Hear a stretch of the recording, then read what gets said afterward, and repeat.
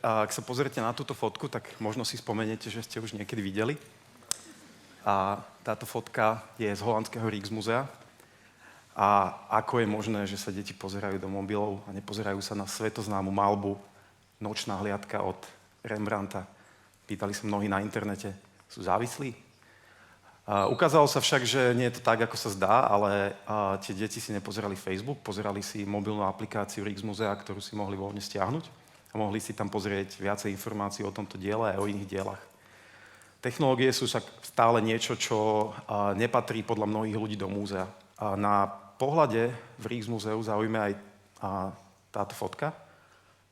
Je to fotka davu ľudí, ktorého sa nezbavíte, keď navštívite toto múzeum, hlavne pred Rembrandtovou Nočnou hliadkou.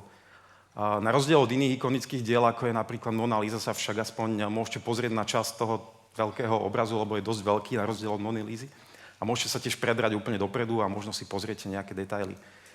Možno však spravíte lepšie, ak si chcete pozrieť detaily, že si navštívite web stránku Rijksmuzea, kde je toto dielo v plnom rozlíšení a v kľude v doma si môžete pozrieť tieto detaily.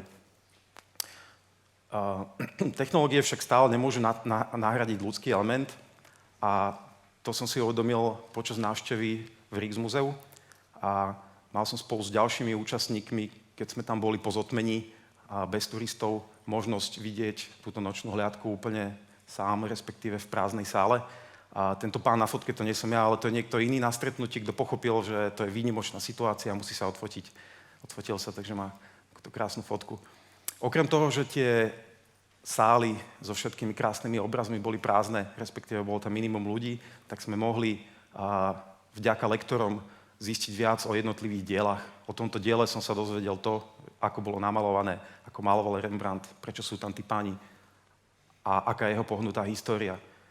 A to je ten dôležitý prvok. Ľudia, ktorí sa venujú umeniu, lektori alebo historici umenia, poznajú veľmi dobré súvislosti, majú takú hĺbku znalostí, ktorú väčšina z nás nemá.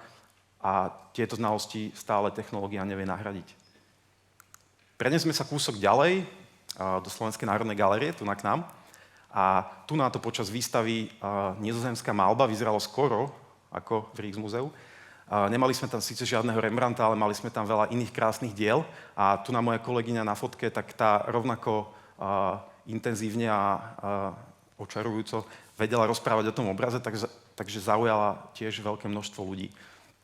Uvedomili sme si, že hovorené slovo je stále ten najpopulárnejší formát a zároveň sme vedeli, že tento formát je na západe využívaný najčastejšie v podobe audiosprievodcov. To sú tie zariadenia, kde keď si naťukáte čísla nejakého vystaveného predmetu, tak vám tam hlas povie, kedy vzniklo, akého umeleckého smeru je a tak ďalej. Tieto audio zariadenia špecializované však postupne nahrádzajú mobilní sprievodcovia a dostávame sa k ďalšiemu môjmu slajdu. Kto už niekedy videl toto miesto, alebo kto ho pozná? Málo ľudí. Sú to strážky, je to kaštiel v správe Slovenskej národnej galérie. Veľmi krásne miesto, takže predpokladám, že teda stále ešte veľa z vás toto miesto nespoznáva. A to je práve ten dôvod, prečo sme sa rozhodli, že ho zvýrazníme na mape práve prostredníctvom audiosprievodcu. Toho audiosprievodcu sme okrem toho, že bol naprogramovaný ako open source, to znamená, že sme si ho spravili sami a sprístupnili sme ho aj ďalším galériám, tak sme sa rozhodli, že sa pohráme trochu aj s formátom. A tento formát zahŕňal krátke príbehy a taktiež terénne nahrávky, a zvukové nahrávky nahrávané priamo na mieste. Namiesto slov si vypočujme jednu z nich. Čo nové? To si na tom ešte dobre. Mne jeden hulvát do kmeňa vyril srdce. Áno, skoro som ho nespoznala. Vyzerá ako tulák. Nezáleží mu na zovňajšku. Je to budista. Je to blázon. Raz v novembri sa vychystal namaľovať červený kláštor. Vybral sa k nemu cez Dunajec na nejakom starodávnom plavidle, ale bol to skôr vydlabaný kmeň stromu. To je kruté. Až sa mi zježila kôra. Kmeň sa prevrátil a Ladislav aj so všetkými vecami padol do ľadovej vody. Takže v tejto ukážke ste mohli počúvať stromy na tomto mieste v parku. v strážkach, ktoré sa bavia o Ladislavovi Medňanskom, to je maliar európskeho formátu, ktorý istý čas žil v strážkach a vyťahujú story, ako maloval na fronte, alebo ako ste počuli. Tieto príbehy nahrával, respektíve tie zvukové efekty nahrával anglický zvukový umelec Jonathan Pryor. Tu ho vidíte na poli nahrávať cvrlikanie cvrčkov. Jeho zvuky, možno to nebolo počuť v tej ukážke, ale určite, ak si dáte slúchatka, ktoré si požičiate na mieste v strážkach, tak by ste počuli veľmi jemné zvuky, ktoré zachytávajú také časti reality, ktoré si možno bežne nevšimnete. Je to niečo podobné, ako sú tie lektorské výklady, ktoré vás zameriavajú na tie detaily a taktiež sú niečo, čo si bežne nevšímate. Presuňme sa z poľa pri strážkach ďalej do expozície v tomto kaštieli. Táto expozícia je tiež samozrejme venovaná tomuto maliarovi a môžete tam vidieť obraz Tatranská krajina, práve tu na.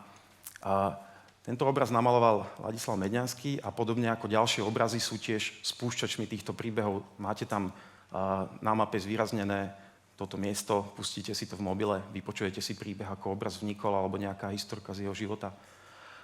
Určite mnohí z vás si radi v galériách alebo v múzeách fotia výtvarné diela. A určite mnohí z vás vedia, že to je veľký problém. Buď to nie je možné, alebo tie svetelné podmienky sú ďaleko od ideálnych, takže máte rozmazané fotky.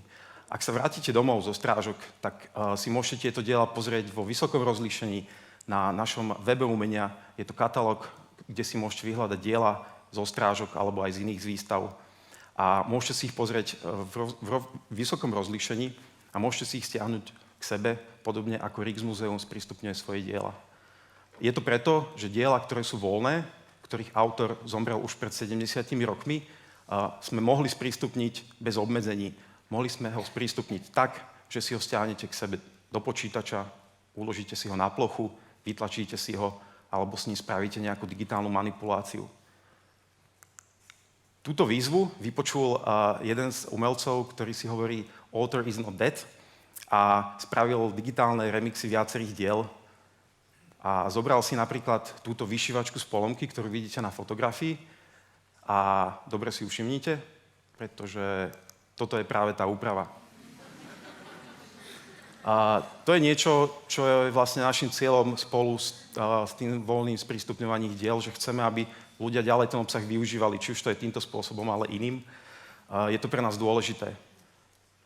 Spolu s audioaplikáciou, ktorú som ukazoval pred chvíľou, je to jeden príklad toho, čo môže nasledovať v budúcnosti, pretože tá revolúcia digitálnych technológií v múzeách a galériách sa ešte len začala a uvidíme ešte mnohé iné veci, o ktorých teraz ani netušíme. Čo je však dôležité je, že sa stále nemôže stratiť ten hlavný význam alebo to hlavné poslanie galérie a múzeí a to je zbierať, uchovávať a sprístupňovať výtvarné umenie, avšak nestratiť pritom kontakt s tým originálom, pretože môžeme skončiť, podobne ako táto deva na fotke, mimo kontakt s realitou. Ďakujem.